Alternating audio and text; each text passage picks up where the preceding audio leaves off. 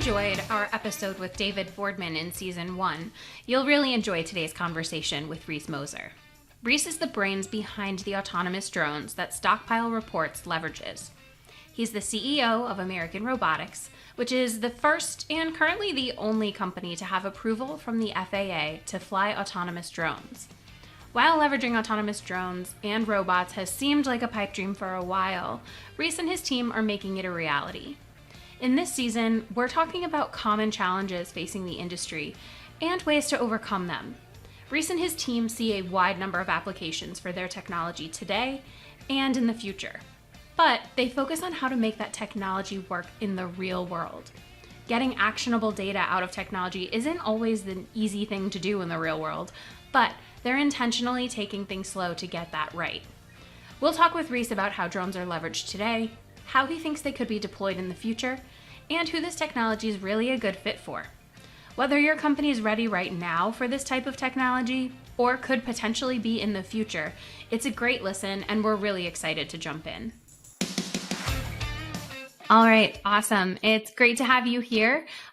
This application is a little bit new to the construction industry. I'd love for you to be able to give a bit of a background about American Robotics and what you're doing in general. Sure. So my name is Reese Mozer. I'm the CEO and co-founder of American Robotics. And at AR, we've developed a fully automated drone system that's capable of continuous unattended operation. So drones have been talked about for a long time as a potential tool for all sorts of industries, including the construction space. But when we looked at all these potential use cases in the markets, we found a pretty glaring problem. That is, people just don't have time to be drone pilots to the level that's required to make this technology useful. Everyone has other things to do. They have their normal jobs, and going around and flying drones and processing data and doing all that stuff is really not practical. And so we developed a system to solve that problem, which is the Scout system. We've automated everything that's required to do what the drone is there to do, which is not fly and be this kind of cool toy. This system, this product is here is to do a job, which is to collect data, process that data, analyze it, and give you some sort of information. And so all of those steps have been automated with our technology. So you only have to focus on what comes out of that data, which is the point of drones to begin with. Yeah, that's awesome. Thank you for that summary. I feel like you've touched on everything I'm hoping we can expand on in this episode. The first being that, I know you work in a couple of different industries now, agriculture, industrial, defense, and certainly we know from last season on the podcast, talking with David Boardman, he's leveraging the technology for bulk materials. Is that the only way that your drones are being leveraged right now in the construction space, or are there other ways that you're seeing the technology being utilized today? Yeah, in general, it's still pretty nascent. Automated drones, there were a number of challenges that had to be met, and were only met very recently to actually make this a reality. And one category is making automation work in the real world, which there's a whole conversation around that.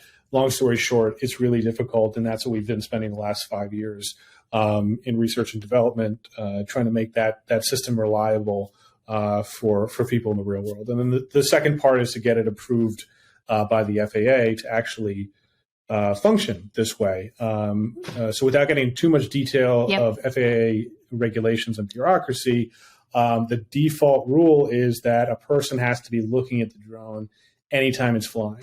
And so, until that was overcome, automated drones weren't really a reality.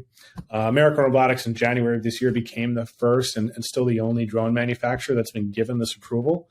And so we're in a really unique place right now where we can start to deploy this technology with initial customers. So in the construction space, definitely, customers like David Boardman at Stockpile Reports are some of our are great early adopters of this technology in the bulk materials space.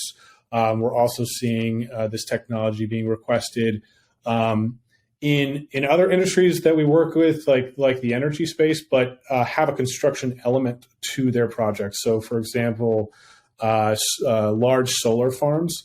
A request we're seeing pretty frequently now is we want the system to monitor the construction phase of a new solar farm. And then once it's built, then actually monitoring the operation of the solar farm.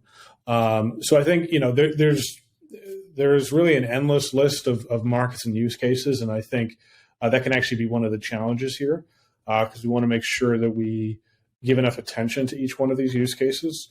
So, it's going to be gradual over time that you start to see this technology adopted by more and more customers. Yeah, that makes sense. And with it being still almost in its infancy, the kind of possibilities are endless. And I'm sure as you work with different clients in different sectors, you get new ideas and new ways to be able to see, what you had for a vision applied to different areas that maybe you couldn't even have fathomed in the first place. So that's really exciting to see and watch it develop. With the Scout system, which is the autonomous system approved by the FAA, you're able to remove that human element that has been so present in the past. What does that really mean for the clients that you work with, especially when you compare that with drone systems that are not autonomous, that do require that human element? Yeah, simply put, one is practical and one isn't. Drones have been a nice little experiment for the past decade. But if we actually want to see these things scale and be implemented to the extent that they should be, which is pretty much daily use across all of these assets over the world. I mean, we're not even close to that yet, but that's where this is going. Automation is required because people don't have the time to sit around and pilot drones 24/7. They have other things to do. This is meant to be a supplement. This is meant to be a tool that makes people's lives easier, not harder. And so, automation and everything around that topic is really key to making this work. Yeah, I've heard you say that, that automation is really required to scale this and to have it grow. And one of the things that I would have to imagine as you're coming, especially into new industries where this is new technology, it's new applications to the industry, are you getting any pushback or questions about, hey, if this is fully automated, like what happens to the people doing that work now? Or as it applies to like bulk materials too, I mean, there are people out there actually measuring stockpiles like in person today. So what happens with those people? Do you view this as an opportunity to reskill or to elevate talent within organizations, or maybe remove a vendor that people have been working with to fly drones non-autonomously? I think it's really, in almost all cases, it is a supplement. It is an enhancer to what people are already doing. If you take the example of people walking around and measuring stockpiles, those are the same people that are going to be interpreting this data because they know it best, right? And so our system automates data collection and processing and analysis, but it still requires a human to interpret that and then act on it. And I think, the topic of robots replacing people is something that's been common for a long time, and it's understandable. It's helpful to remember that they're good at very narrow, well-defined tasks, but as far as replacing what happens in the complex real world, that's still very much science fiction. This is a tool to make people's lives easier. Yeah. Just like a smartphone, right? That doesn't, that didn't really replace anyone's job. That, if anything, actually just created new industries and new jobs. And we see a lot of parallels to here. And I think, a lot of the use cases we're looking at, if you take the example of monitoring stockpiles, that happens periodically, but what our system represents is the ability to do it, likely tenfold in terms of frequency and accuracy. So in many ways, it's not something people are doing apples to apples today. It's giving people a new tool. Yeah. I think the interesting thing you brought up there too is the data aspect of it. So I love the idea of actionable data. I feel like a lot of data that gets generated today sits in a spreadsheet, like essentially collecting dust and not really being leveraged by organizations. When you think about the data that you're able to collect and then have people actually analyze and leverage to make business decisions, what is the type of data that they could expect to come out of a system like yours? Yeah, I think, well, first off, that's one of the reasons why we're trying to be diligent in the number of use cases and markets that we attack, because we want to validate every single use case and make sure it's actually being used and not just sitting in a spreadsheet somewhere. When you think about the potential use cases, the list is really long, but I think it's helpful to imagine it. A useful phrase is a digital twin.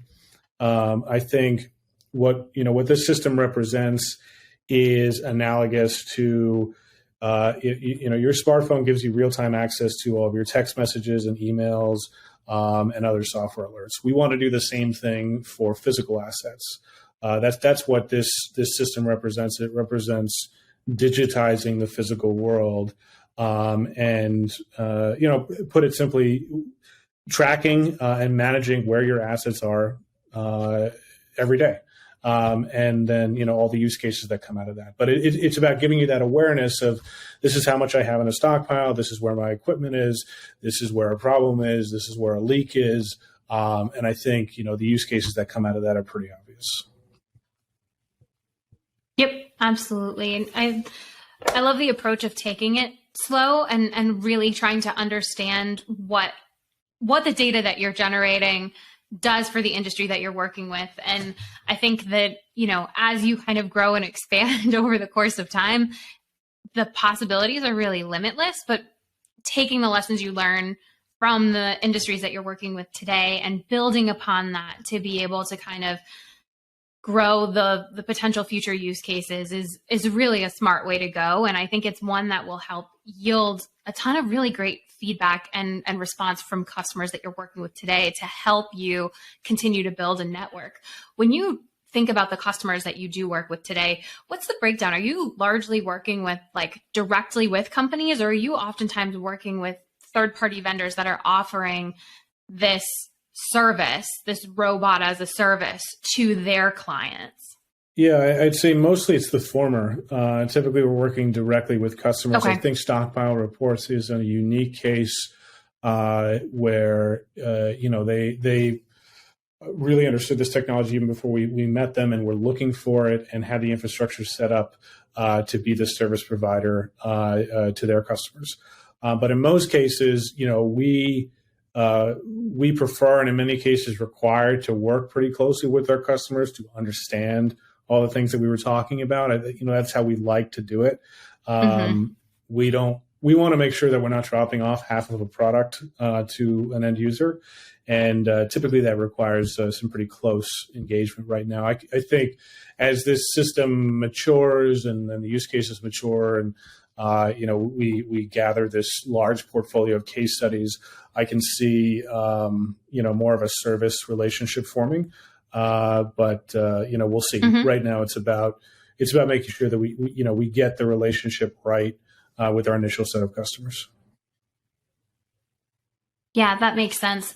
One of the things that, we see and kind of think about, we're a tech company, we're serving the construction industry as well at Trux, that the idea of last mile visibility is starting to come more to the forefront. And that generated kind of interest in the consumer sector. Like, you can tell when your pizza's coming, you can track that information, but suppliers or contractors were not able to be, in the weeds enough to see when their rock was coming to them. And it's still developing. It's still pretty new days for this industry. I'm curious, do you view this kind of sector as being similar, where it maybe started with consumers and is translating itself into a more commercial setting? Or are you seeing the innovations really happening at the commercial level in a very different way than they've unfolded in the consumer segment? I think it's a bit of both. The inspiration and the frenzy in many cases around the drone space started in the consumer sector. It was born out of a really hobbyist mentality, a hacker mentality, and that worked well in the consumer sector. But the threshold for what is good enough in the commercial space is quite different. That's what a lot of people got wrong. And kind of oversold tech that wasn't really useful early on in the drone space. And it's important to recognize the pretty clear differences between a consumer drone product and a commercial drone product. And the tech requirements are just higher in the commercial sector. So right now, a lot of the innovation is coming in the commercial space because that's where it's needed. That's where it's needed. Yeah. When you think about working with new clients or people that are maybe thinking about trying to reach out to you, but not quite sure how to even take the first step, do you have any recommendations for them within their own organizations as they're thinking about, whether this could be a helpful tool? What are some of the conversations they should be having internally? Who should they be talking with on their team to figure out if now's the right time to think about expanding into this area? Yeah, well, I'll say we're always happy to have conversations with folks that are interested and will be a fit. I think, internally, you should ask yourself, is this a fit for us? And there are use cases and there are settings that this technology is overkill. It's actually not the right thing for you. Our system. We probably should have done this earlier for the audience, but just to give a visual, it's a drone combined with a base station of this large hangar that lives on basically a permanent basis wherever it's going to operate. And so it'll operate 10 times a day, every day. And that has a tremendous amount of power, but can be overkill in certain situations where, either the area that you're surveying is too small or, you're just not going to be there for that long. I think if you're looking in the construction space, a small construction job, probably not necessary for a system like ours. But if you have a massive construction site that's going to be there for multiple years, that's where this system is going to shine.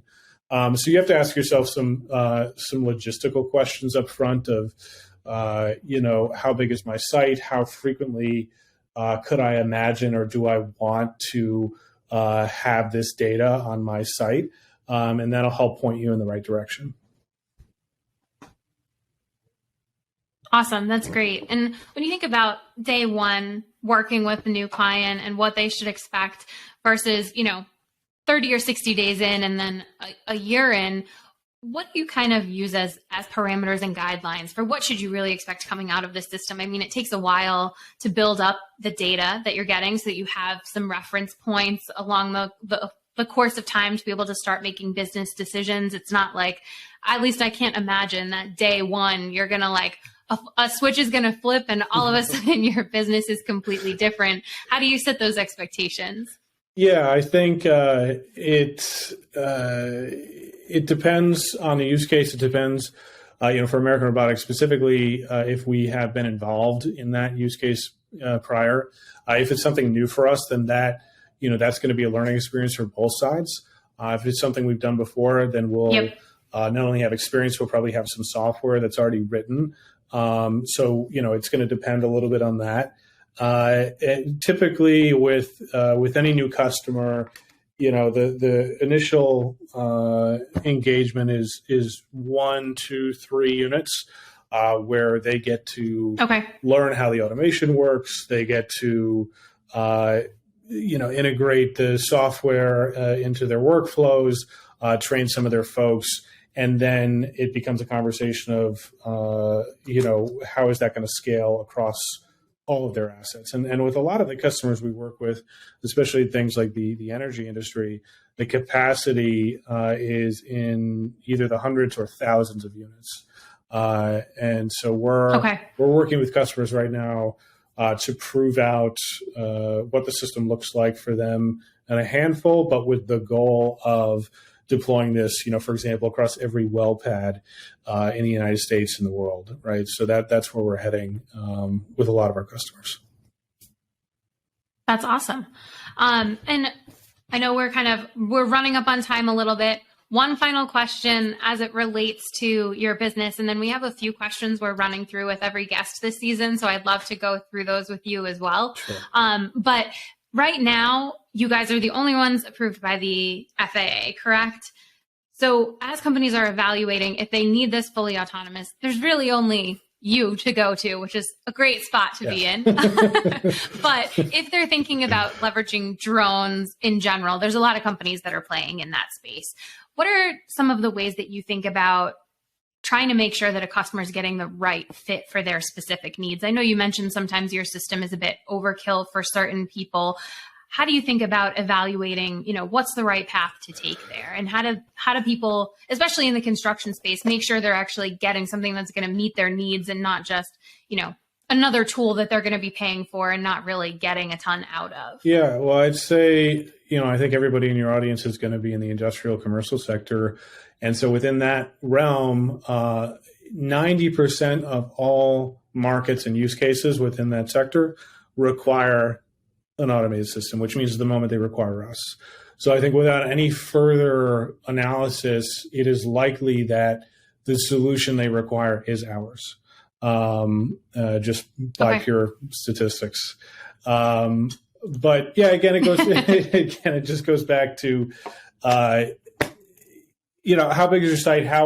I think maybe a nice rule of thumb is if you're looking to collect data on a daily to weekly basis for at least a year, then over the same site, then you should probably look at our solution. That's a good starting point. Okay. I would encourage people to be open-minded because, like we said before, they may only be collecting data on whatever asset we're talking about once a month right now. That doesn't mean that's what it should be. That just means what has been done before, because that's the labor capacity they had.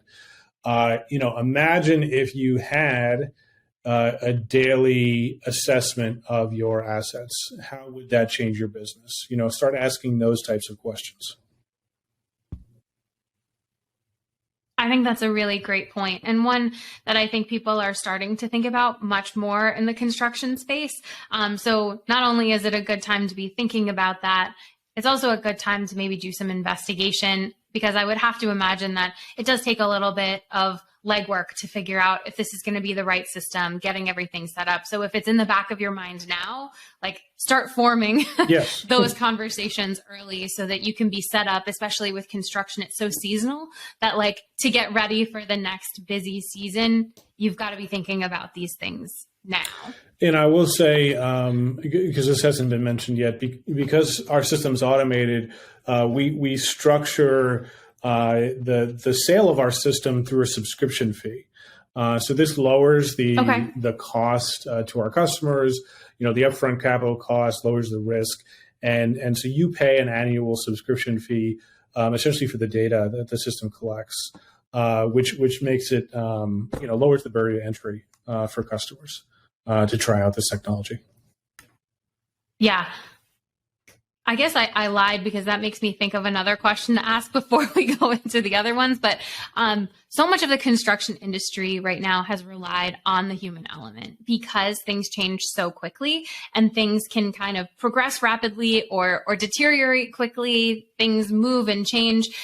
When you think about the application of this technology, how do you think about accommodating for those inevitable changes that are going to happen in that industrial sector that you kind of can't avoid? Does the system kind of allow for those changes? How quickly is it to be able to pivot when you've got this set up and ready to go? It's definitely, as far as installation, it's meant to be installed in a location for long periods of time. It just works better that way. But the system, you can change at any moment where you're imaging, at what altitude, what frequency, what resolution. That's the power of it. And that's all from your computer or your iPhone, and you could be anywhere in the world. So it's really flexible and customizable from that perspective. If your construction site changes or you want to look at this side of it versus that side of it, today that's as easy as a couple button clicks. And that's what the system is supposed to do. Awesome. All right. I'll dive into our kind of standard. Every podcast guest is getting asked these questions, and then we'll let you get back to your busy day. But I do appreciate you taking the time to chat with us. So right now, what would you say the biggest challenge that your business is up against? I know there's plenty out there, but what would you say is the largest challenge that you're facing today? Yeah, I think it's growing our manufacturing capacity and our operational capacity to meet this incredibly wide array of opportunities, which is a really exciting problem to have. The whole industry was gated by that FAA approval, which we got, and lots of great things have been happening for our company since then. And right now we're really in a growth phase to try to meet all this demand. So it's fun, but that's definitely our main challenge right now. Awesome. It's a good position to be in. Yeah. When you're trying to meet the demand. Yes. In terms of where you see the industry going in the next 5 years, I know it's tough to think about what that could look like, especially as things are evolving so rapidly. But if you had to make a prediction of where you think this technology will go in the next 5 years, where do you see that? Well, that's all I do is think about those things, so it's not that hard. I think the best way to answer that question is for people to imagine the scale of what this technology represents. Every asset, every well pad, every mile of rail track, every construction site, every solar farm, every bulk materials yard are all eventually going to be monitored on a daily basis by automated drone-in-a-box systems. And so the next 5 years, we're at that inflection point right now, and the next 5 years are about execution to get there. And I think we're finally going to start to see that hockey stick growth in the commercial sector. And it's going to be really exciting. I think it's going to unlock. We're going to be gathering data sets that have never been gathered before. I think it's going to unlock opportunities that we probably haven't even thought of yet. Awesome. I think the technology that we're on the verge of right now is also one of those things that will be really appealing to the next generation of professionals, especially in the construction, agriculture space, where there hasn't been that technology and the younger generations are really used to the technology coming in. Mm-hmm. If you could sort of give any advice or tell somebody who's thinking about coming into the industrial space or even the agriculture space, here's what you should get ready for. Yeah. Here's what to be excited about. What do you think that would be? Yeah, I think it's a fascinating time to be in the industrial space because I think we're all about to get a lot more toys to play with, whether it's automated drones in the air or autonomous robotics on the ground. Everything's about to get a lot more intelligent, a lot more advanced. I think it's a fun time. I think if you like tech and you like, for us, one of the things that really draws us to this business is solving real world problems that matter for all these industries that we rely on, which is, different than social media or something of that nature. We get excited about increasing the efficiencies of the construction industry or the mining industry or the energy space. This is what is, I think is really going to make the biggest impact, whether it's environmental or, supply chain or economics. I think, this is really where the next battle is going to be fought. And it looks fun. We're excited for it. I agree. I'm pretty amped about it myself. When you think about where you go for industry insights, whether that's technology or you're doing research about the different sectors that you kind of serve, where are you going for that, insight or news coming out of those different sectors? Yeah, I mean, I'll say at this point, we're at least in our space, pretty much on the bleeding edge. So we don't look to news too much from that perspective. When we want to learn something new, you are the news. I don't want to say, but yeah. When we're trying to learn something, I think it's typically direct with our customers. We're trying to get into the details of the value proposition, the return on investment for particular use cases. It's going to be tough to find in research. That's really going to be direct conversations with our users. Yep, that makes sense to me. And last but not least, if you could see someone else interviewed on this podcast, who would that be? We already did David Boardman. He's great. That's a good question. I'd say I think there is going to be a teaming of autonomous drones and ground robots. There's been some kind of talk about that. I wouldn't say too much action yet, and I think that's because both disciplines are still trying to find their own way. But as things get more and more automated, you're going to start to see that ecosystem come together.